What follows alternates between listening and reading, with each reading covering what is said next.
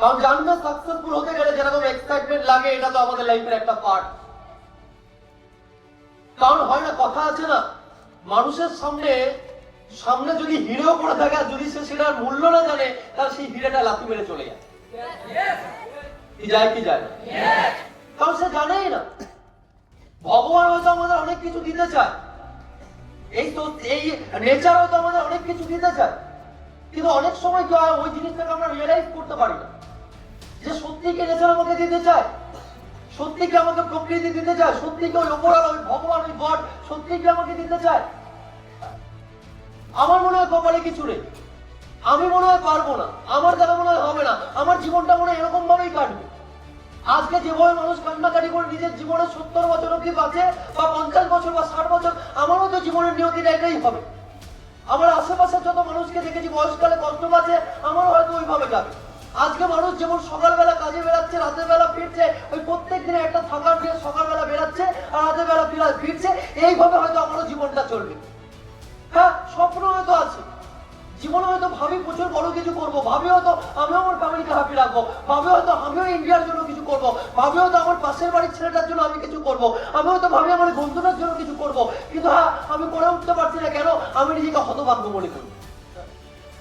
আমার মনে হয় জীবনের ক্ষমতা নেই। আমি কি পারবো কারোর লাইফ চেঞ্জ করতে? আমি কি পারবো আমার ফ্যামিলির জন্য ওই হ্যাপিনেস এনে দিতে? আমি কি পারবো ওই সোসাইটির জন্য কিছু করতে? আমার মনে হয় ওই জায়গাটা আমি মনে হয় করতে পারবো। আর এই যে বিলিফটা, এই যে জিনিসটা, বা আমাদের সোসাইটিতে আমার জন্য কি কিছু রাখা আছে? আমাদের জন্য মনে হয় কিছু রাখা নেই। আরে ভাই, সবার জন্য সব কিছু রাখা থাকে। আগে তোমাকে জীবনে ডিসাইড করতে হবে তোমার চাই কি। যদি এটা তুমি ডিসাইড করলে যে তুমি পাবে না আর হতে পারবে না, পুরো ইউনিভার্স তোমার জন্য লেগে যাবে, পুরো ইউনিভার্স তোমার জন্য কাজ করবে। তুমি যেটা চাও তার জন্য যদি পাগল হয়ে যাও, পুরো ইউনিভার্স তোমাকে সেটা দেওয়ার জন্য রেডি আছে। তুমি নেওয়ার জন্য নিজেকে শুধু রেডি করো, নেওয়ার জন্য রেডি করো। প্রবলেম কোথায় মানুষ বুঝতেই পারে না, ওরা হাতের সামনে এত কিছু থাকবে তারপরে বুঝতে পারবে না। আমরা এখানে যারা বসে আছি, আমরা এনাফ ফরচুনেট, আমরা মার্বেলের মধ্যে একটা প্ল্যাটফর্ম পেয়েছি, মার্বেলের মধ্যে একটা অপশন পেয়েছি যেখানে আমরা জীবনটাকে তৈরি করতে পারি। Really enough fortunate. বাট তারপরে আমার একটা কোশ্চেন এখানে মাইন্ডে অলওয়েজ জাগে, আমরা যারা এখানে বসে আছি, যারা আমরা এই জিনিসটাকে রিয়েলাইজ করতে পারবো, আমরা যারা এটাকে বুঝতে পারবো, এটা তাদের জন্যই, তারাই এটা নিয়ে ফরচুনেট থাকবে বা তারাই এটা নিয়ে প্রাউড করবে যে আমার জীবনে কিছু করার ছিল, আমি জীবনে কিছু করতে চাই, তাই একটা প্ল্যাটফর্ম পেয়েছি স্মার্ট ভ্যালু, আর এখান থেকে আমি ওটা করতে পারবো।